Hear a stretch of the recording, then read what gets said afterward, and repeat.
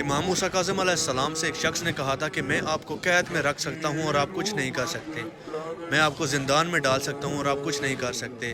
آپ کہتے ہیں کہ آپ کے پاس غیب کی چابیاں ہیں، میرے پاس آپ کے زندان کی چابی ہے، آپ یہی نہیں لے سکتے، آپ کیا کر سکتے ہیں؟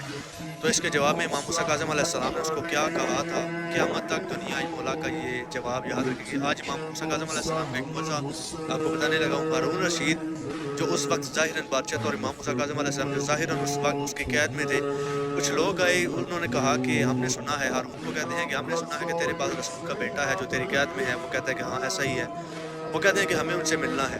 ہارون کہتا ہے کہ میں تجھے ان سے ملوا تو دوں گا، لیکن تم نے ان کے احترام میں کھڑا نہیں ہونا، ان کو پتہ چلنا چاہیے کہ اہل بیت کے چاہنے والے اس دنیا سے ختم ہو گئے ہیں۔ انہوں نے جب حامی بھری تو اس نے کہا، سپاہی کو کہا کہ جاؤ امام موسیٰ کاظم کو لے کر آؤ۔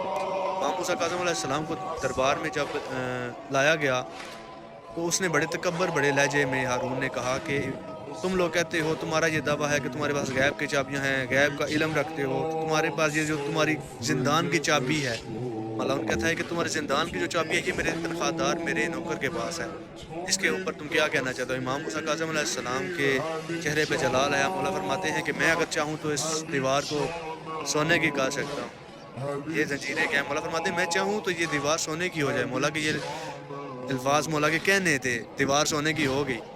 مولا نے دیوار کی طرف دیکھا، مولا فرماتے ہیں کہ میں نے ابھی کہا ہے کہ دیوار سونے کی ہو جائے، تو ہوئی کیوں ہے؟ دیوار سے آواز آئی، مولا جب آپ نے کہا کہ میں دیوار کو سونے کی کر سکتا ہوں، تو کمی نے ذہن میں سوچا کہ یہ کیسے ہو سکتا ہے؟ دیوار کہتی ہے کہ مولا میں نے ہو کر بتایا کہ ایسے ہو سکتا ہے۔